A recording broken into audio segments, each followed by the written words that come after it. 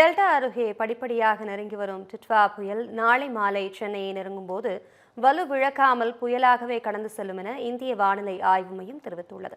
இதுகுறித்து விளக்க நமது செய்தியாளர் பத்மபிரியா நம்முடன் இணைகிறார். பத்மபிரியா, டிட்வா புயலின் அடுத்த கட்ட நகர்வு எவ்வாறாக இருக்கும்? இது குறித்து விரிவான தகவல்களை வழங்கலாம்.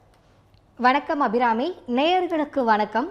தற்பொழுது ஒரு அண்மை செய்தியானது கிடைத்திருக்கிறது. அதாவது சென்னை மக்கள் அலர்ட்டாக இருக்க வேண்டும் என்பதுதான் அந்த அண்மை செய்தி. அதாவது நாம் காலையிலிருந்து பார்த்து கொண்டிருக்கிறோம், டிட்வா புயலானது புதுச்சேரியை கடக்கும் பொழுது காற்று முறிவின் காரணமாக வலுவிழந்து கரையை கடக்கும் என்று நாம் தெரிவித்திருந்தோம். ஆனால் அது வலுவிழக்காமல் புயலாகவே சென்னையை கடந்து செல்லும் என்று தற்பொழுது இந்திய வானிலை ஆய்வு மையம் ஒரு செய்தி அறிக்கையை வெளியிட்டிருக்கிறார்கள்.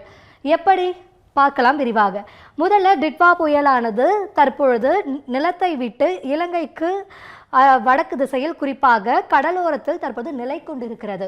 இன்று இரவு முழுவதுமே அது வங்கக்கடலில் உள்ள ஈரப்பதம் மிகுந்த சூடான காற்றை உறிஞ்சு மழை மேகங்களை உற்பத்தி செய்யும்.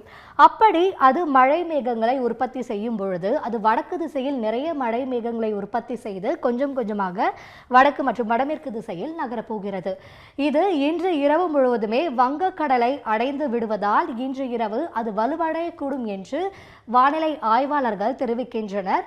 குறிப்பாக அது கொஞ்சம் கொஞ்சமாக வரக்கூடிய மணி நேரங்களில் அது நகர தொடங்கும். குறிப்பாக இன்று இரவு முழுவதுமே அது டெல்டாவிற்கு அருகில் குறிப்பாக கடலோரத்தில் அது நிலவக்கூடும்.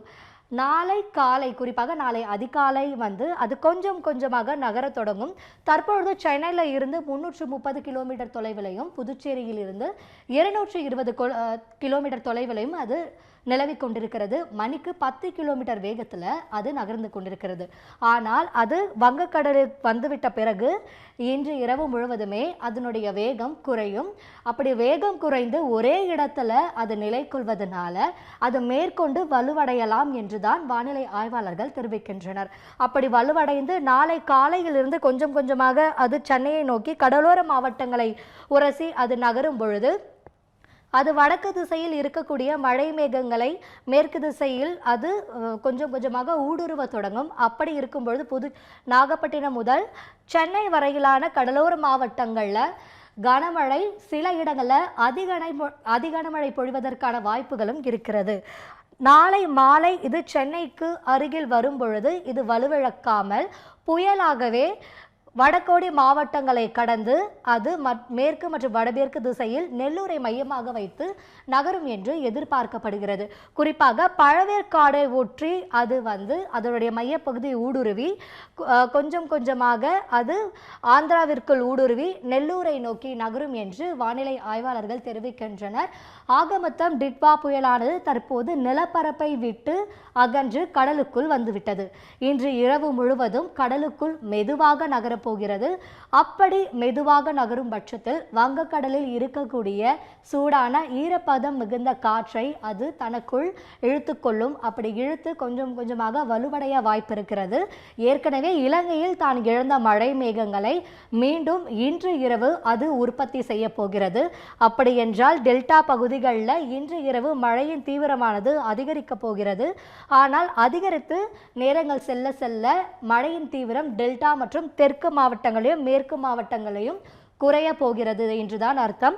சென்னை மற்றும் கடலோர மாவட்டங்களில் இன்று இரவு முதல் மழையின் தீவிரமானது அதிகரிக்க போகிறது. அதிகரித்து நாளை சென்னை தான் ஹாட்ஸ்பாட். நாளை முழுவதுமே சென்னை மற்றும் காஞ்சிபுரம், திருவள்ளூர், செங்கல்பட்டு மற்றும் மேற்கு மாவட்டங்களான வேலூர் போன்ற பகுதிகளையும் காஞ்சிபுரம் போன்ற பகுதிகளிலையும் கனமழை பதிவாவதற்கான வாய்ப்புகள் இருக்கிறது. இப்போ இது புயலாகவே சென்னையை கடந்து செல்லும். புயலுக்கும் வலுவிழந்த புயலுக்கும் என்ன சம்பந்தம் என்று இப்போ ஒரு கேள்வி எழும்.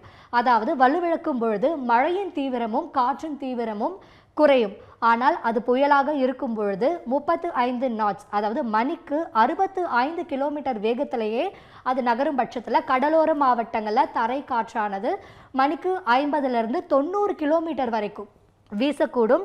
நாளை ஞாயிற்றுக்கிழமை விடுமுறை நாட்கள் என்பதனால இப்பவே மக்கள் கடலோரங்களுக்கு சென்று மழையின் தீவிரம் எப்படி இருக்கிறது, கடல் எப்படி கொந்தளிப்போடு இருக்கிறது என்பதை பார்த்து வருகிறார்கள். அப்படி நாளைக்கு சென்னைக்கு புயலாகவே அது 25 கிலோமீட்டர் அளவில் நெருக்கமாக வரும் பொழுது தரை காற்று மிகவும் வேகமாக இருக்கும். கடல் கொந்தளிப்பாக இருக்கும். அதனால தாழ்வான பகுதிகளில் மழை வெள்ளம் சேர்வதற்கான வாய்ப்புகள் இருக்கிறது. மரங்களுக்கு கீழ் மக்கள் நிற்பதையும் தவிர்க்க வேண்டும். குறிப்பாக கடலோரங்களுக்கு சென்று புயலை பார்க்கதையும் மக்கள் தவிர்க்க வேண்டும். ஏனென்றால் இது வலுவிழக்காமல் சென்னையை கடந்து இது ஆந்திராவிற்கு செல்லும் பட்சத்தில் தரை காற்று மிகவும் வேகமாக இருக்கும். ஆக மொத்தம் தற்பொழுது டித்வா புயலானது சென்னையை வலுவிழக்காமல் புயலாகவே கடந்து செல்லும் என்றுதான் வானிலை ஆய்வாளர்கள் தெரிவித்திருக்கிறார்கள். தாழ்வான பகுதிகளில் மழை நீர் தேங்க வாய்ப்பு இருக்கிறது. கடல் காற்றும் தரை காற்றும் அதிக அளவில் வீசுவதற்கான வாய்ப்புகள் இருக்கிறது. குறிப்பாக காற்றின் வேகம் அதிகமாக இருக்கும் பொழுது மின்கம்பங்கள் அறுந்து விழுவதும் சேதங்கள் ஏற்படுவதற்கான வாய்ப்புகளும் இருக்கிறது. நாளை விடுமுறை நாட்கள் என்பதால் மக்கள் வீடுகளுக்குள்ளே இருக்குமாறும் வானிலை ஆய்வாளர்களும் அரசாங்கமும் தெரிவித்திருக்கிறார்கள். ஆக மொத்தம் நாளை இதனுடைய பாதையில் மாறுபாடு இருக்கிறதா, இல்லை டித்வா புயலானது வலுவிழந்து கரையை கடக்கப் போகிறதா, இல்லை புயலாகவே கரையை கடக்கப் போகிறதா என்பதை நாம் அடுத்த சில மணி நேரங்களை பொறுத்திருந்து தான் பார்க்க வேண்டும். இதுதான் நமக்கு டித்வா புயல் குறித்து தற்போது கிடைத்திருக்கக்கூடிய வானிலை நிலவரம். தொடர்ந்து மழை மற்றும் புயல் குறித்த பல்வேறு தகவல்களுக்கு தொடர்ந்து இணைந்திருங்கள் தமிழ் ஜனம் செய்திகளோடு.